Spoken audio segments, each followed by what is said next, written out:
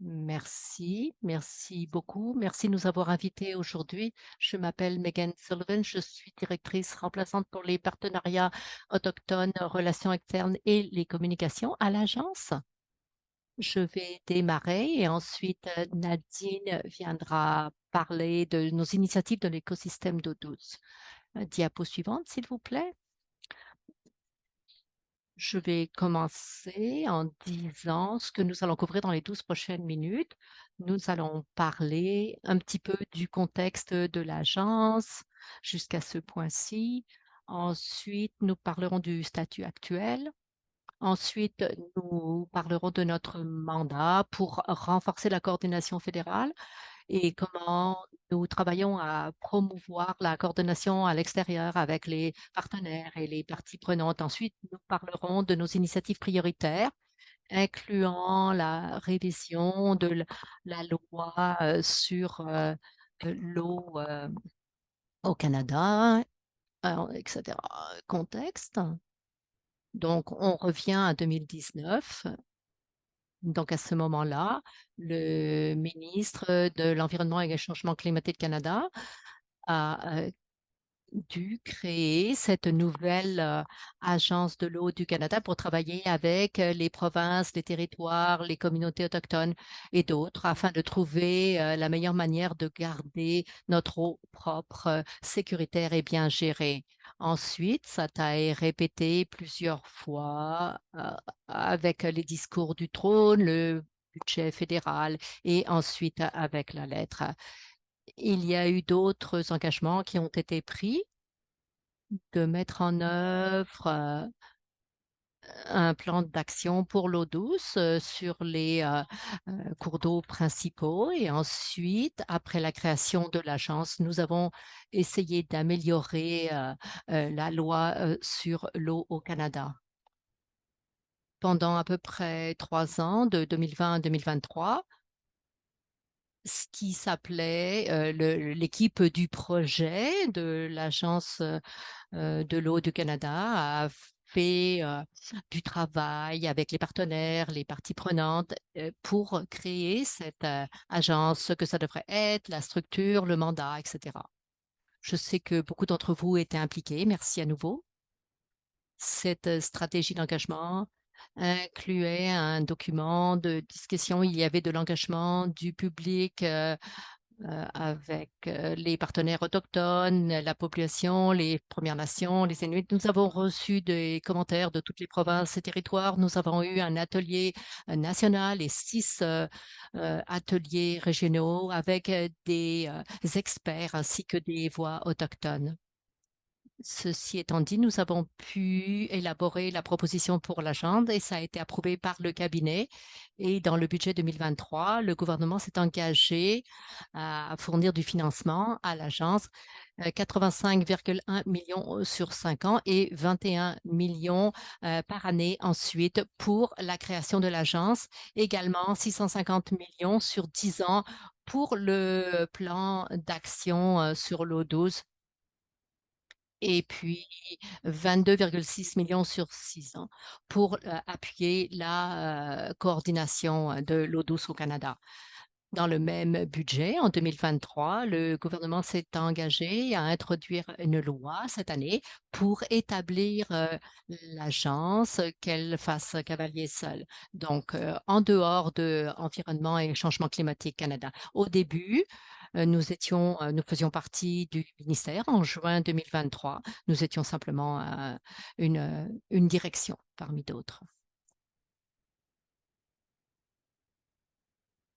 Pour remplir ses engagements du budget 2023, pour avoir cette agence qui faisait cavalier seul, le gouvernement a introduit la loi en novembre 2023. Ça faisait partie du projet de loi C-59. C'était la loi sur la déclaration économique. La loi a reçu l'assentiment royal en juin 2024. Donc, à ce point-ci, nous passons à travers différents ordres en conseil Et bon, c'est pour établir, la date, de mise en œuvre de la loi. Et également, nous établissons Winnipeg comme étant, notre, base. Nous avons nommé le président intérimaire. Donc, cette agence on s'attend à ce qu'elle soit, lancée le 16 octobre et j'espère que vous allez pouvoir participer ou vous, joindre, à nous. Il y aura, une possibilité en virtuel. Donc je passe au mandat de l'agence. Par-dessus tout, notre objectif, c'est de fournir un leadership fédéral pour améliorer la coordination sur l'eau douce. Ceci commence avec la coordination à l'interne avec le gouvernement fédéral. En retournant quelques années en arrière, l'action fédérale était quand même assez fragmentée. Nous avons à peu près 26 agences au ministère qui ont des activités reliées à l'eau douce. C'était vraiment en silo, les départements travaillaient, indépendamment, ils ne partageaient pas vraiment les informations, ils ne partageaient pas leur engagement ou leur programme. C'était quand même assez opaque, très peu de transparence, par exemple, pour les données qui n'étaient pas fournies ou partagées. Ceci a continué à des lacunes et à du travail, qui se chevauchait et c'était plus dur, pour nos partenaires d'obtenir les informations du fédéral. À l'heure actuelle, nous travaillons à améliorer la coordination fédérale dans 3 sujets, différents. Tout d'abord, nous avons établi un comité permanent, fédéral, pour, l'eau douce. Donc, il y a ces 26 départements et agences et le but, c'est de créer un forum pour avoir des discussions stratégiques, échanger les informations et également d'établir, des relations dans tous ces départements. Nous essayons d'établir, une voie intégrée au fédéral, sur le sujet de l'eau et nous voulons que tout le monde y contribue. Nous avons, établi un noyau sur l'eau douce au niveau fédéral. Il y a donc 6 employés de tous ces départements et agences. Ils se rassemblent, pour des activités de 1 à 2 années. Donc ils ont l'expertise de leur propre département, et c'est vraiment pour améliorer le tissu, connectif entre, les différents niveaux de gouvernement. Et puis nous avons, la fenêtre unique pour l'eau.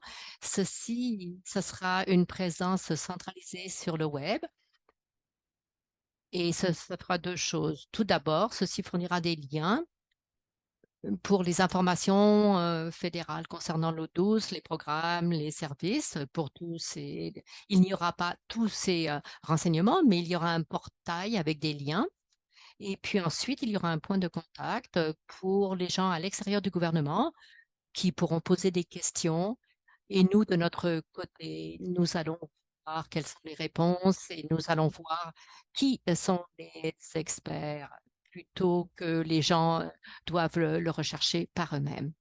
Diapo suivante. En plus d'améliorer la coordination à l'interne, nous allons travailler pour améliorer la coordination avec les partenaires et les agences externes. Bien sûr, la gestion de l'eau douce est partagée entre tous les paliers de gouvernement, fédéral, provincial, municipal, Premières Nations, etc. Donc, nous devons respecter les juridictions.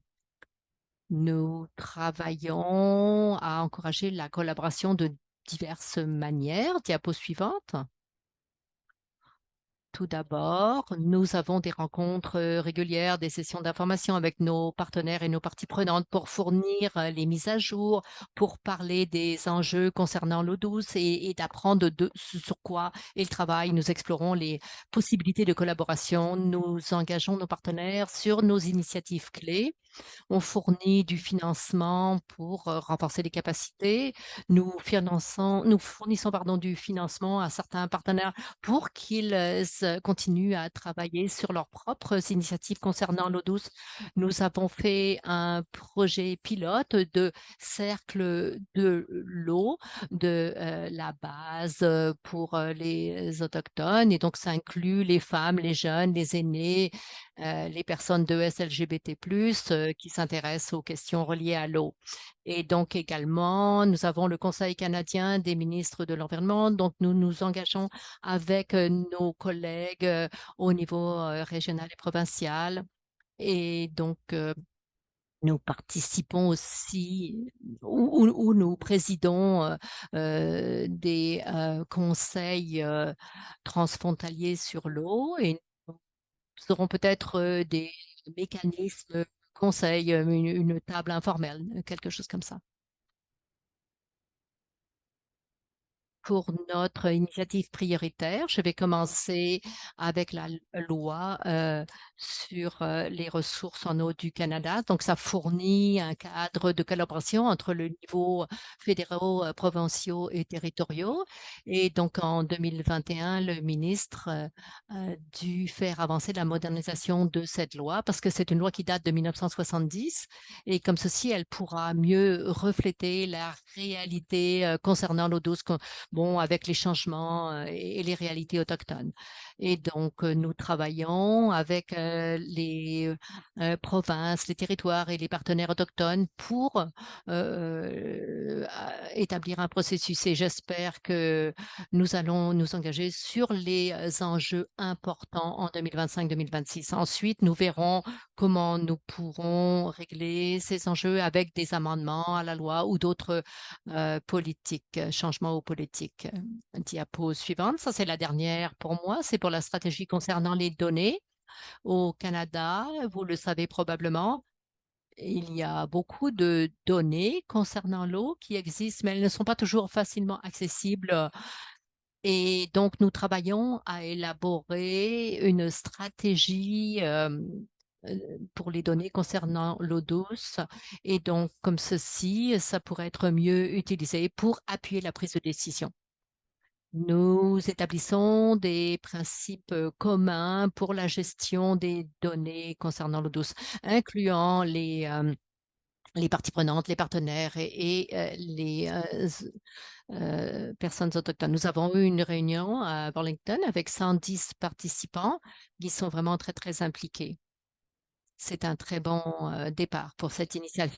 Et puis, l'ébauche devrait être prête au printemps et j'espère que la stratégie finale sera terminée à l'été 2025. Je repasse la parole à Nadine qui va parler de nos initiatives en écosystème d'eau douce. Merci. Il nous reste quelques minutes, donc je vais être assez rapide. Donc, ces initiatives sont vraiment le squelette de l'agence. Nous avons investi 650 millions de dollars pour investir dans cette nouvelle agence et cet investissement va appuyer la mise en œuvre des plans d'action avec les Grands Lacs, la rivière Saint-John et, et le fleuve Saint-Laurent.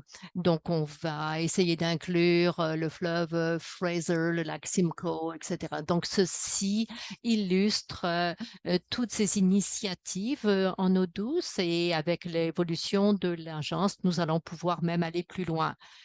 Les enjeux peuvent varier d'une région à l'autre. Ces initiatives de l'écosystème d'eau douce va s'attaquer à aux sédiments, aux endroits contaminés et aux impacts des changements climatiques. Donc, l'agence va participer à ce plan d'action avec ces 8 domaines. Ça va vraiment répondre aux défis, aux priorités régionales. Et c'est vraiment différent selon les régions, mais nous allons avoir accès à toute une variété d'outils de gestion fondés sur l'écosystème. Et donc, on s'adresse à la santé, on va parler de la l'avancement de la science, de surveiller l'état de l'eau douce. On va appuyer la prise de décision en utilisant les connaissances autochtones. Nous avons également amélioré la gouvernance pour appuyer une meilleure collaboration avec les partenaires autochtones, les provinces et territoires et les parties prenantes. Donc, nous allons parler également des éléments clés de notre programmation, les rapports sur l'eau douce et la mobilisation des connaissances. Il y aura également la question de la résilience au changement climatique. Et ce n'est pas sur cette diapo, mais nous allons continuer à administrer différents conseils interfrontaliers, ceux qui ont été établis en 1969 sur le fleuve Mackenzie. Et donc, ces conseils jouent un rôle très, très important sur la gestion des eaux transfrontalières. Je vais m'arrêter ici, mais je serai très heureuse de répondre à vos questions plus tard.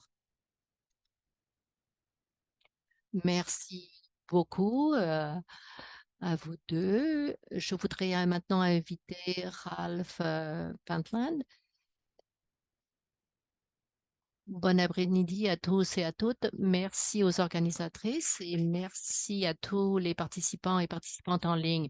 On m'a demandé de parler de l'agence à propos de la gouvernance sur l'eau. Depuis que j'ai commencé à travailler dans ce domaine, il y a eu 3 points principaux et on peut s'attendre au quatrième au milieu du 21e siècle. Donc, cette agence a été établie à la troisième partie. Lorsque j'ai commencé en 1961, la plupart des Canadiens avaient des services d'eau potable et d'eau usée. L'eau était assez propre et était abondante et on se concentrait surtout sur les possibilités économiques pour la navigation et le contrôle des fleuves. Le premier point est arrivé à la fin des années 60 lorsque nous avons commencé à reconnaître les limites et que en 1969, les premiers ministres se sont rencontrés, ils ont décidé de créer une agence environnementale et beaucoup de lois et de programmes ont été mis en place.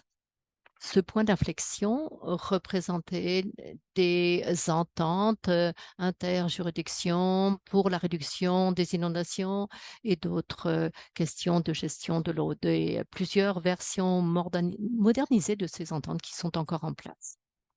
Le deuxième point d'inflexion a eu lieu à la fin des années 80.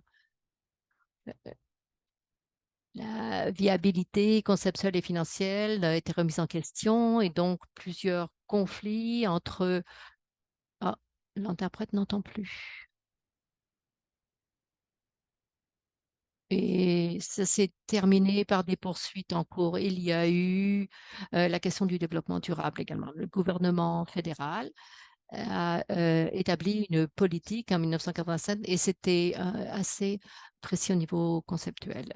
Depuis ce moment-là, la gestion de l'eau est devenue beaucoup moins onéreuse et plus durable parce qu'il y a eu des changements de politique qui encouragent de nouvelles manières de gérer l'eau. Le prix est beaucoup plus réaliste et on gère les produits chimiques durant tout leur cycle de vie. Il y a eu 2 ententes qui ont été négociées et qui ont impliqué la moitié du pays. Les Grands Lacs, le Saint-Laurent euh, concernent 8 États et 3 provinces. Donc, les ententes suivantes incluaient 3 provinces et 3 territoires. Même si elles sont quand même assez différentes en substance, ces 2 ententes et leurs négociations avaient comme objectif de, de garder l'intégrité et le gouvernement, n'a pas vraiment eu beaucoup à dire durant ces discussions. Le troisième point d'inflexion, c'est ce qui arrive à l'heure actuelle. C'est mené par 2 facteurs clés. Tout d'abord, c'est clair que les changements climatiques ont et vont continuer à avoir beaucoup plus d'impacts sociaux et environnementaux que ce à quoi on s'attendait. En même temps, la société est beaucoup plus répond beaucoup mieux à ce qui est de l'intérêt des personnes autochtones. Il y a de bons signes que les gouvernements fédéraux et provinciaux veulent bien interagir. Et donc, si vous voyez les résultats des consultations qui ont mené à la création de l'agence et qu'on voit les lettres de mandat ministérielles, on voit qu'il y a beaucoup de choses en commun. On voit qu'on a besoin d'une très bonne collaboration plus large. L'agence en est encore à ses débuts et c'est difficile de juger de son efficacité à l'heure actuelle, mais le mandat établit un équilibre et respecte tous les mandats constitutionnels. En même temps, elle s'occupe de la fragmentation des lacunes et des chevauchements qui existent au niveau fédéral. Toute la politique est locale, mais c'est vrai que l'efficacité des agences gouvernementales sont jugées par leur réussite locale. Donc, je pense que l'agence va pouvoir être jugée comme ça et que son plan d'action pourra être appliqué. Mais par contre, ce n'est pas suffisant. Inaudible. L'efficacité de l'agence améliorera les conditions. Et nous le voyons après les 2 points d'inflexion. Il y a un potentiel, mais le succès va dépendre du leadership à l'interne. Je voudrais mentionner des exemples pour améliorer la collaboration dans le système fédéral et dans tout le secteur de l'eau canadien. Tout d'abord, l'intégration significative des connaissances et des structures des Autochtones en ce qui concerne la gestion de l'eau. Deuxièmement, un programme de réduction des inondations plus complet et qui pourra s'adresser aux inondations avec un programme d'assurance. Les questions des transferts technologiques au niveau des municipalités sont importantes aussi. Améliorer également l'excellence scientifique, avoir un programme de subvention, par exemple, pour les universités. Et cinquièmement, il faudrait créer des conditions gagnantes pour les petites organisations des bassins versants de taille, de petite et moyenne taille. Je voudrais en terminer en regardant quel sera le prochain point d'inflexion vers les années 2050 à peu près. Les cycles hydrologiques continuent à changer, l'économie aussi, il y a la question de la géopolitique et de la démographie. Donc, nous aurons probablement de nouveaux défis qu'on ne peut même pas imaginer aujourd'hui. Comment est-ce qu'on devrait se préparer pour ce qu'on ne connaît pas? Je voudrais suggérer 3 choses. Tout d'abord, il y a 35 ans, j'ai co-présidé qui était un sous-comité sur les changements climatiques et à ce moment-là, c'était vraiment très incertain ce que les changements climatiques allaient nous amener. Donc, mais nous avions une approche sans regret. Nous devions éviter de trop réagir, mais nous devions quand même faire quelque chose le plus vite possible. La deuxième chose qu'on doit faire, c'est de continuer à appuyer la recherche appliquée et les autres styles de recherche. Par exemple, c'est une hypothèse, nous aurons peut-être un moment où les produits chimiques vont venir vraiment menacer la vie. Donc, on ne peut pas éliminer tous les produits chimiques non essentiels, mais on devrait avoir la recherche nécessaire pour le faire si on en a besoin à l'avenir. Troisièmement, lorsque je vois le siècle dernier, l'arche de l'histoire va toujours dans la direction de la justice, surtout en ce qui concerne la fourniture des besoins essentiels. Et donc, inaudible, il y a la composante en justice sociale. Donc, j'espère que ceci nous gardera dans la bonne direction. Nous pouvons le faire uniquement si le gouvernement comprend ses devoirs fiduciaires et continue à agir maintenant et à l'avenir. Merci beaucoup. Et j'ai hâte d'entendre Oliver. Et si vous avez des questions, n'hésitez pas. Merci, Ralph. C'était un privilège d'entendre votre perspective, incluant les conditions gagnantes pour les organisations commerciales. Donc, je vais accueillir Oliver Brandes, qui s'occupe de projet de durabilité de l'eau qui s'appelle POLIS. Bonjour à tous et à toutes. Je viens de la bouche du Coquots et je suis reconnaissant. Je suis sur la côte ouest à Victoria. J'ai la possibilité de vous dire accrochez-vous. Nous avons compris où nous en sommes. Ralph nous a aidé à comprendre d'où nous devons aller. Et moi, j'ai l'intention de vous projeter dans la stratosphère. Donc ça, c'est le monde de la gouvernance et comment le gouvernement fédéral peut y être inclus. Je voudrais commencer avec cette image simple. Je ne vous le dis pas, vous le savez, et vous êtes déjà en train de le vivre. Mais fondamentalement, la population en général et les institutions ne comprennent pas forcément tout ceci. Pour ces composantes, bon, ce sont les quatre cavaliers de l'Apocalypse, la sécheresse, le feu, l'inondation et l'eau non sécuritaire. Donc, c'est la notion que nous avons des événements surprises, temporaires, puis on les endure. Mais tant que nous pensons comme ça, nous n'allons pas réussir. Il faut comprendre quels sont les liens entre l'eau et les nombreux défis que nous avons maintenant. Il y a la sécurité, la santé, la prospérité économique, la qualité de la vie, la réconciliation. Et quand on pense à la santé, et à l'eau et au bassin versant comme extension du système de santé. Ceci nous amène à la question de la sécurité du bassin versant. Et qu'est-ce qu'on veut dire? Tout ceci, c'est la nature interreliée de l'eau, des forêts, du saumon, de la nourriture, des emplois, la réconciliation, santé communautaire et prospérité. Donc, il y a un côté gestion. Il y a la question de la qualité et la quantité de l'eau. Bon, ne vous inquiétez pas, on va l'explorer un petit peu plus. Là, on parle de la résilience des bassins versants. Et ensuite, il y a les décisions et la gouvernance. Et c'est ça qui devient essentiel. Lorsqu'on parle de gouvernance, nous savons que, bon, la population comprend que protéger l'eau, ça vient de l'expertise, de la science, des connaissances traditionnelles. Nous savons qu'il y a des règles et une manière de les faire, de les exécuter. Mais bon, et c'est un grand défi.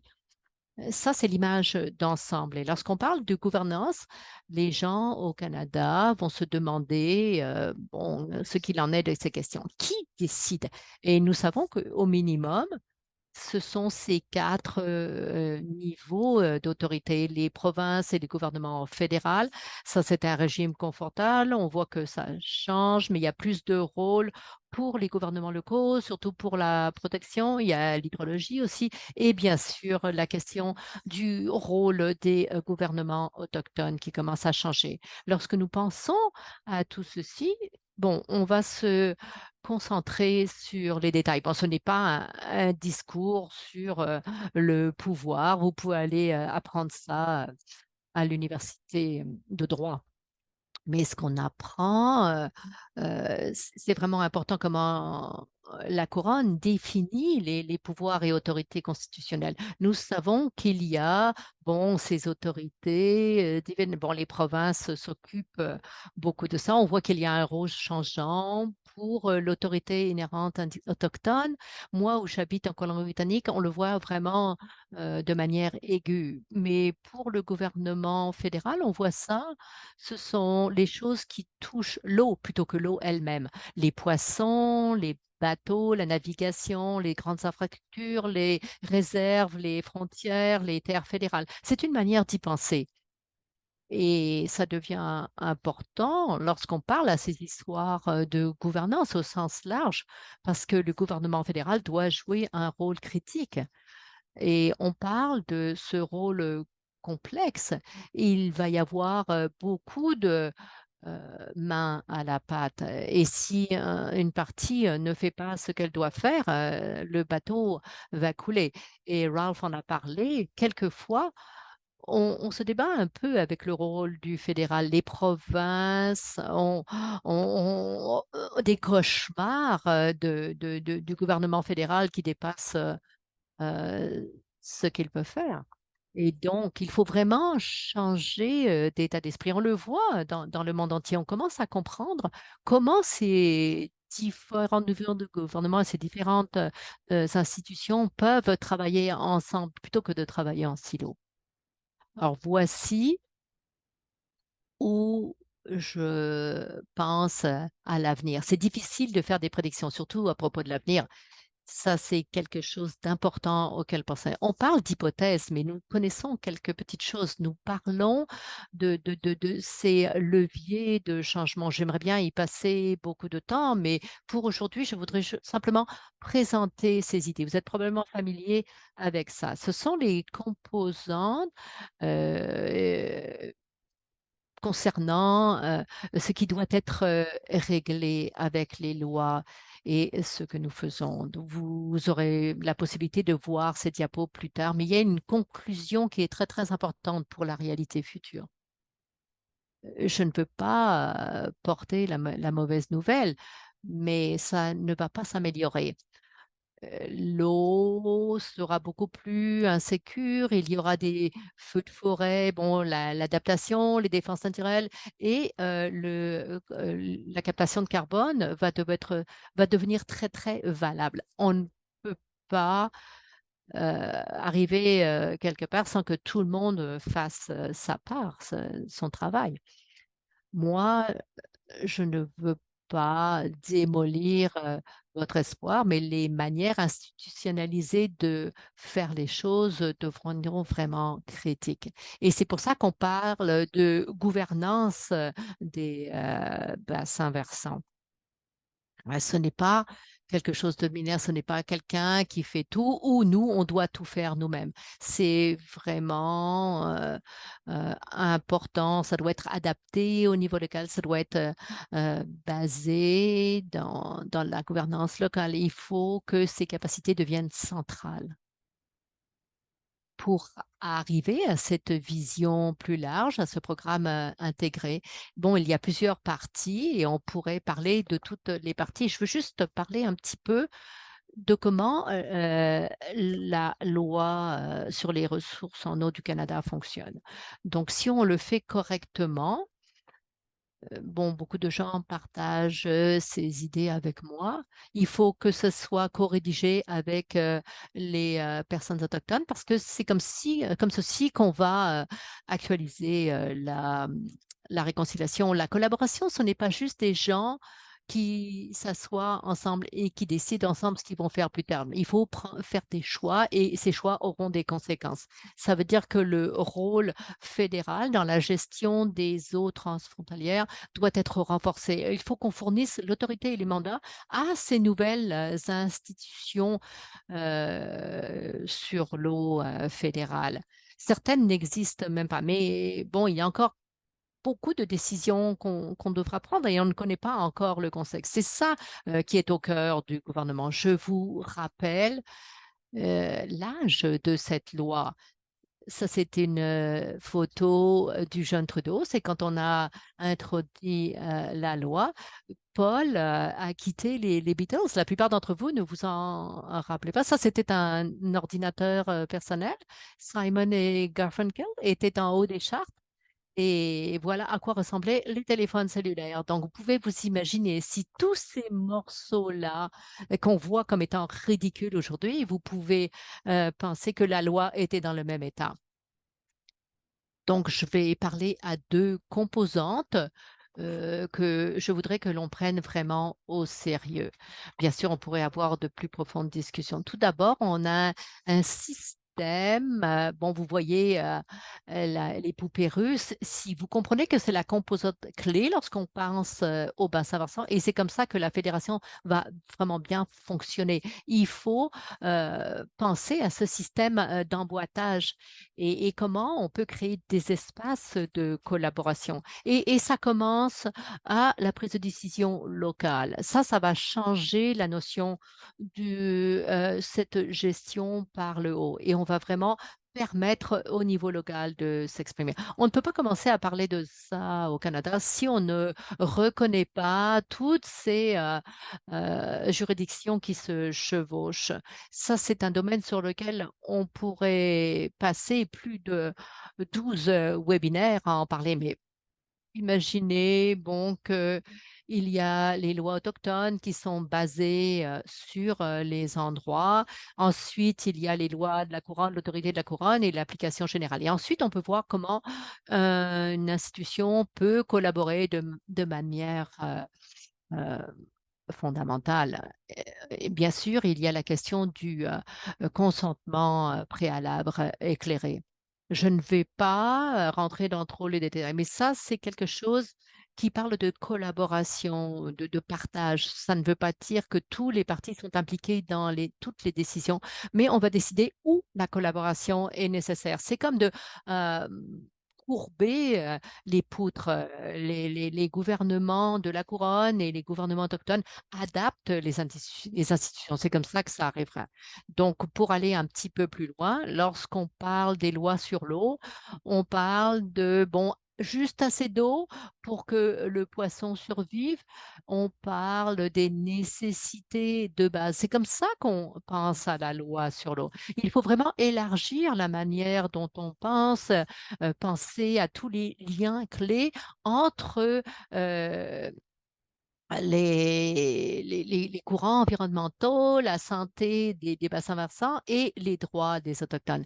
Et le gouvernement actuel n'a pas joué ce rôle en entier. Mais donc, lorsqu'on parle des rivières, des lacs, des ruisseaux, il faut penser à toutes ces composantes environnementales. Et c'est pour ça qu'il faut avoir cette approche qui inclut toutes les juridictions. Durant mes dernières secondes, je vais parler de quelques-uns des composants de cette loi sur l'eau, donc des ententes et des plans pour mettre en œuvre ces ententes au niveau du bassin versant.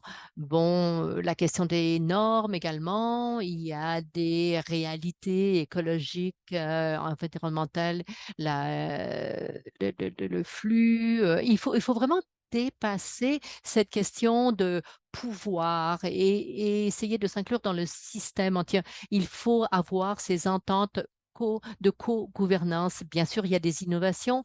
Ralph en a quelques-unes qu'il préfère. Alors, pourquoi la doctrine euh, du trust public, etc. Donc, on parle de transfrontières, mais il y a énormément d'autres choses. Ça, c'est ma meilleure diapo. J'ai dépassé de 56 secondes, donc je vais juste la laisser là et dire s'il y a toutes ces idées dans le monde de l'eau, il faut être prêt. C'est le prochain point d'inflexion dont Ralph a parlé. On n'a pas besoin d'une loi comme dans les années 70. On a besoin de travailler dans le contexte de ces solutions-là. Pour moi, la gouvernance du bassin versant, c'est ce qui est le plus important. Ce n'est pas des si, mais c'est ou des pourquoi, mais des quand. Merci beaucoup.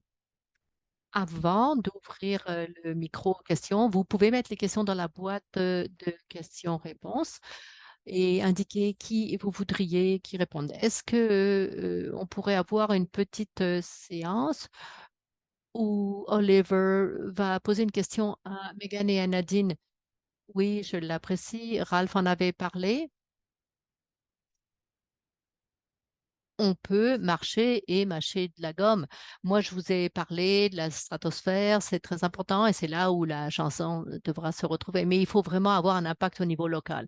Donc, avez-vous une idée des projets les plus importants qui permettraient aux comités, aux bassins versants, aux communautés et aux Canadiens de se sentir. Mais je vais commencer. Megan, si vous voulez ajouter quelque chose. Si vous pensez à l'agence de l'eau du Canada. Bon, il y a plusieurs stratégies, celle au niveau national, avec la coordination améliorée, avec l'écosystème, l'initiative d'écosystème, le programme de Winnipeg et des Grands Lacs existe depuis plus de 20 ans et le dernier investissement va faire avancer l'action sur le terrain pour terminer le travail sur les endroits problématiques dans les Grands Lacs. Je pense que nous allons dans la bonne direction. Nous avons des stratégies qui sont élaborées à l'échelle nationale et qui vont se concentrer sur l'action régionale locale pour améliorer la santé de l'écosystème maintenant. Et avec les efforts de ces deux parties, je pense que nous serons dans une meilleure position. Megan? Je suis d'accord avec ça. Du côté Nadine, avec l'initiative de l'écosystème de l'eau douce, je pense que c'est là où on verra le plus d'impact à l'avenir. De notre côté de l'agence, nous travaillons à améliorer la coordination, à rendre les choses plus faciles pour les Canadiens afin qu'ils aient accès et qu'ils trouvent les informations, les données, l'expertise sur l'eau douce. J'espère que ça aura un impact pour beaucoup d'entre vous. Et à long terme, bien sûr, il y a les politiques et les lois, donc nous allons jouer un rôle aussi, mais ça va prendre plusieurs années d'engagement. Et donc ça, c'est une initiative à long terme. Mais je crois que oui, nous allons avoir des effets sur les Canadiens dans toutes ces dimensions différentes. Merci beaucoup. Il y a beaucoup d'intérêt sur comment collaborer. Et puis, bon, la question des bassins versants et du travail qu'on devrait faire. Ralph, je voudrais vous demander de poser une question à Megan et à Nadé. Tout d'abord, félicitations aux trois conférenciers. J'ai beaucoup apprécié les présentations. J'ai une question. Lorsque je regarde ces initiatives particulières, ces projets qui découlent de plan d'action, il y a beaucoup euh, de produits intéressants, locaux et qui vont vraiment aider au bassin versant, mais on pourrait prendre ceci et les transformer, surtout dans les Grands Lacs, dans le transfert et développement technologique. Alors, comment est-ce que vous allez pouvoir tirer avantage de ce potentiel pour transférer les technologies dans tout le pays? Je crois qu'il est juste de dire que les écosystèmes de l'eau douce ou le plan d'action pour l'eau douce ont fonctionné en silos régionaux. Donc, la consolidation, et si on ramène ces programmes de manière plus cohérente, ceci va faciliter la pollinisation croisée dans l'échange, dans les échanges dans tous les programmes. Et donc, nous recherchons une cohérence à l'échelle nationale, mais dans un contexte régional. Nous aurons des communautés de pratique qui travaillent avec les résultats d'un programme et qui seraient peut-être applicables dans un autre domaine. Donc, c'est notre intention d'appuyer les innovations technologiques pour en faire des projets pilotes et les essayer. Et si nous avons des bons résultats dans un programme, donc nous travaillerons à l'horizontale dans tous les programmes et nous en ferons la promotion. Je pense que ceci règle votre question. Merci. Merci de cette approche. Plus on en sait, plus on sait ce qu'on ne sait pas. Donc, j'ai appris beaucoup de choses déjà. Je voudrais inviter Megan et Nadine, dans la perspective de l'agence, de poser des questions. Si les participants ont des questions, ils peuvent également les mettre dans la boîte de discussion. De mon côté, une chose à considérer, c'est comment on peut mieux vous impliquer À cause de notre mandat de coordination et de collaboration, nous voulons entendre les experts de tous les contextes et de tous les secteurs. J'ai présenté certaines idées que nous avons. J'ai parlé qu'on a un comité conseil informel. Donc, n'importe quel conseil que vous auriez pour mieux vous appuyer, pour nous assurer que vous pouvez vraiment vous impliquer dans l'agence, dans le travail. Donc, nous accueillons vraiment vos idées avec bienveillance. Je vais en poser une également. Moi, je suis présidente du bassin versant de la Mackenzie et du Conseil consulaire. C'est une entente pour garder la paix. Ça permet au gouvernement de partager ces ressources qui pourraient être vraiment très militées à l'avenir. Avec ce conseil, nous avons pu inclure des membres autochtones qui sont sur le même pied que les représentants du gouvernement fédéral. Donc, j'aimerais bien entendre quelles sont vos idées sur les meilleurs exemples de bonnes structures de gouvernance qui rassemblent tous les partenaires et les parties prenantes.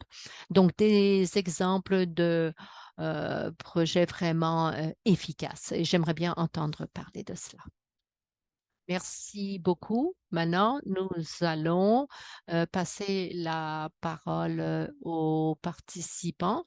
Il y a beaucoup d'intérêt de la question de Kate qui parle de l'autorité de conservation de l'Ontario.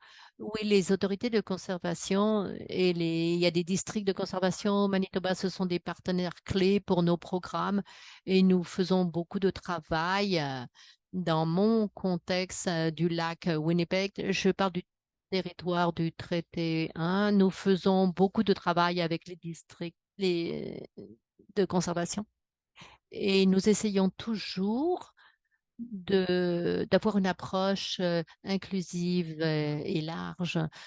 Si les gens ont quoi que ce soit à ajouter, s'ils ont des perspectives à partager, on va toujours les prendre en ligne de compte. On ne se limite pas à ce que nos scientifiques ou les universitaires disent. Nous voulons vraiment avoir une approche beaucoup plus large.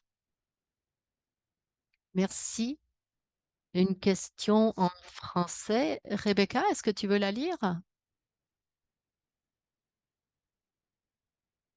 Oui. On a une question en français de la part de Sylvain Lapointe du Coabor. Quelle est la vision de l'agence pour s'arrimer avec les organismes de bassin versant au Québec? Il y a le plan d'action Saint-Laurent. C'est une entente qui gouverne la relation entre du gouvernement fédéral et Québec. Et c'est une relation qui est bien établie. Et on va continuer de souligner cette relation qui est efficace. Il y a une question qui a été donnée par Will. Donc, ça essaye de renforcer la question des sources de données. Ceci sera la dernière question. Oui, je peux en parler. Comme je l'ai mentionné, la fenêtre unique, ce sera un portail qui va relier les données de tout le gouvernement fédéral. Ceci étant dit, nous travaillons à cette stratégie nationale sur l'eau douce. C'est pour ça que nous avons été financés pour faire cette stratégie. Mais à l'avenir, on va peut-être développer aussi un catalogue de données. Les deux initiatives vont suivre. Est-ce que je pourrais ajouter quelque chose? Nous en sommes au tout début, donc le potentiel pour l'agence est énorme. Du point de vue de l'interne, nous avons une période de 3 ans très intense. Nous avons eu plus de 2000 engagements documentés. Nous essayons vraiment de consulter de manière très, très large. Nous avons planifié, préparé ce qui deviendrait l'Agence de l'eau du Canada. Et donc, nous sommes très préoccupés avec des questions, des activités administratives et législatives. Et bon, ce sera terminé à la mi-octobre, donc c'est très bientôt, mais il y aura quand même encore une période de croissance. Il faut engager de nouvelles personnes, de nouveaux postes, et c'est incroyable. Du point de vue interne, c'est incroyable ce qu'un petit groupe de fonctionnaires ont pu créer et établir. Je suis très optimiste sur le potentiel de l'agence à l'avenir. Nous sommes simplement en train de commencer. Lorsque vous parlez de stratégie concernant les données, bon, ce n'est pas qu'on ne veut pas fournir de réponses directes, mais nous sommes encore à un moment où nous sommes en train d'élaborer les options potentiel pour savoir à quoi ça pourrait ressembler cette stratégie nationale sur les données. Donc, merci Nadine, Megan, Ralph et Oliver d'avoir partagé votre temps avec nous, mais également pour le travail que vous faites en ce qui concerne cette approche collaborative dans toute la nation. Merci d'avoir partagé votre expérience. Nous sommes arrivés à l'heure, mais je voudrais faire un petit sondage rapide et nous allons pouvoir répondre également à vos questions plus tard. C'est quelque chose sur lequel nous continuons à travailler. Donc, continuez à vous impliquer.